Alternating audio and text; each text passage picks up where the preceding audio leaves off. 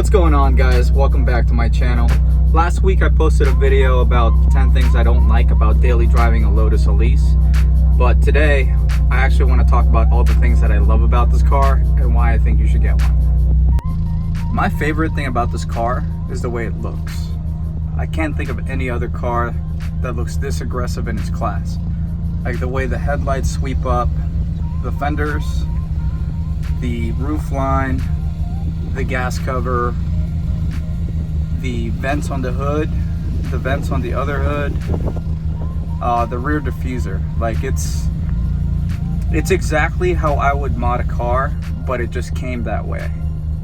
The second thing I love most about this car is the way it drives. Like, it handles so well. The steering wheel, the steering rack is the ratio is so aggressive, so it takes very little effort or input from the driver to take very sharp turns. A lot more aggressive than any other car I've driven, like at least S2000. I've had plenty of Miatas, and this is so much better as far as the steering feel. And there is no power steering, but you really don't need it at this weight. Best way to describe it is like go-karting. The third thing that I really love about this car is the way it sounds. I had really low expectations at first because it is a 4-cylinder, and I was actually afraid to have an exhaust on it because I was afraid it's going to sound really ricey. But at least with my Larini exhaust, it sounds really high pitched at high RPMs and pretty deep in low RPMs.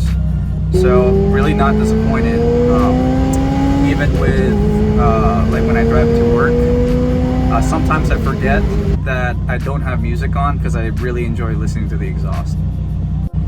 The fourth thing that I love about this car is the fact that it holds its value. I think these cars have been selling used in the 30 to 40K range for over a decade now, and I just don't see that changing. Like if you hop on AutoTrader and you just look for all of them for sale in the country, you don't really see that many examples like under 30K, even with higher mileage. And there's just simply not that many of them out there, so I guess supply and demand's keeping it up. But the fifth thing that I love about this car is its simplicity. The simple design in the interior cabin means there's not many electronics that can fail like other British cars. Like there's no GPS, there's no heated seats, whatever, but it's just a raw race car. It's got everything you need to go to the track and get you to where you need to go. There's no air ride suspension that it's gonna fail like a Range Rover, so there's a lot less things for me to be worried about. The sixth thing I love about the Elise and the Exige is the fact that they're convertibles, but when you take the top off, you still feel closed in. And that's because the B-pillar wraps around over your head and over the seats, and the top of the windshield is like less than 2 feet from that. So even with the top off, you still feel boxed in, like you have a little bit extra protection versus like a Miata or a Boxer or something like that. The seventh thing I love about the Elise is the fact that it's quick. Not fast. The Exige is fast. The Elise does fine for itself. Like, it's only got 190 horsepower, but it does pick up speed pretty easily just because it's less than 2,000 pounds. So you're not going to be beating Mustangs and Camaros and whatever, but you're going to pull on cars like Subaru BRZs, Miatas, maybe an S2000, Civic Si, stuff like that, just to give you perspective. The eighth thing I love about it is insurance is surprisingly cheap.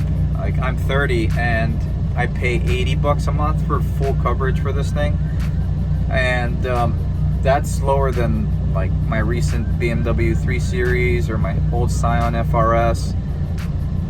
A Lotus is cheaper than a Scion. It doesn't make sense in my head, but take advantage of it. The ninth thing I love about it is the fact that the engine shares a lot of components with the 2001 era Toyota Celica GTS. I mean, like spark plugs, ignition coils, alternator, starter, even a clutch. So The parts are readily available and gonna be pretty affordable. So since I work on cars myself, I'm not really scared of the long-term maintenance costs versus, let's say, a Porsche 911 or a BMW M3 V8. The final thing I absolutely love about this car is the interior. It comes from factory as if I already modded it. The steering wheel, sporty steering wheel, a push button start, it's got some bucket seats, the mechanical feel of the shifter.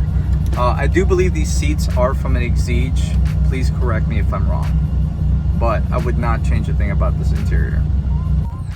If you found any of this information useful, make sure you smash that like button. And if you like this kind of content, make sure you subscribe to my channel. But for today, this is going to be it. Thank you for watching.